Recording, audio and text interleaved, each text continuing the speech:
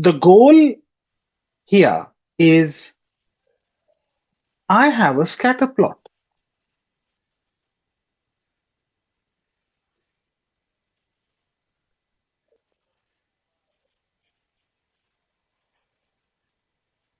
Like this. Is this a linear scatter plot? No, it is not. It is a non-linear scatter plot. If I have a scatter plot like this, is this a linear scatter plot? No. If I have a scatter plot which is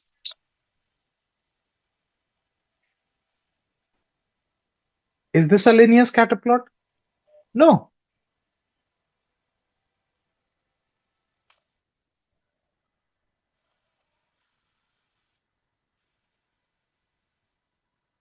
Another non-linear scatter plot. So all these scatter plots are non-linear. So what we are going to learn in this particular topic is how do I make a non-linear scatter plot linear using transformation. I change something. Transformation means changing. Changing either my EV, which happens to be my X, or my RV, which happens to be my Y. I will change either of the two, not both. I will only change one of the two to make these non-linear graphs as linear. And we will be primarily just dealing with these four non-linear shapes. And so these are, if you look at it, I change the color. If you look at it,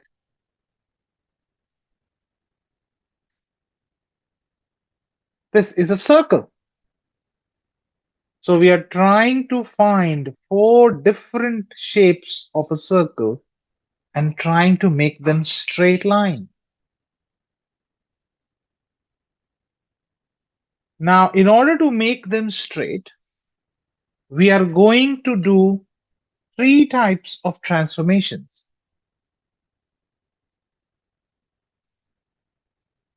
We'll do something called a square transformation. Then we will do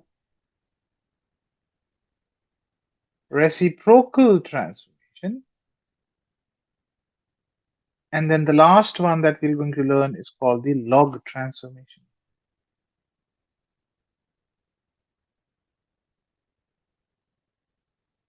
So we are going to learn these three transformations. It is a very important topic, and whenever a question on the scatter plot is going to come, which is effectively chapter 3, they are going to throw an element of chapter 4 where they are going to give you a non-linear graph first, and then they will ask you to do one of the three transformations to make it a linear, and then they will start asking you questions on coefficient of correlation, coefficient of determination, and so on and so forth. So it is important to understand this. Now, I'm just summarizing it, and before we actually go and deep dive into the book. Square transformation, as the name suggests.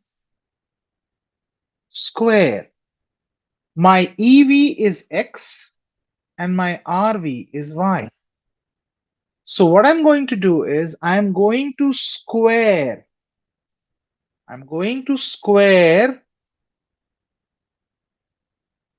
either of the two and then draw a scatter plot. I'll explain you when I'll show you how to do it in more detail. The word reciprocal tells me that I am going to either do 1 over of my EV or 1 over of my RV. What is a reciprocal, if I may ask you? So reciprocal is a secondary is like what we've learned in our primary school, right? So if I have a fraction 2 over 3 and I want to find its reciprocal, the numerator becomes denominator and denominator becomes numerator. So it is 3 over 2. So we just swap the numerator with denominator, denominator with numerator. So if my EV is X and I want to do a reciprocal of EV, I will say 1 over X because this is effectively X over 1. Am I making sense? Yes? Just nod it and it's fine, right? I'll get there. And if it is a Y over 1, which is nothing but Y, it will be 1 on Y. So that is what I'm going to do in the world of reciprocal transformations. And log transformation is even simpler. I'm just going to take the log of either X or log of either Y to transform my data.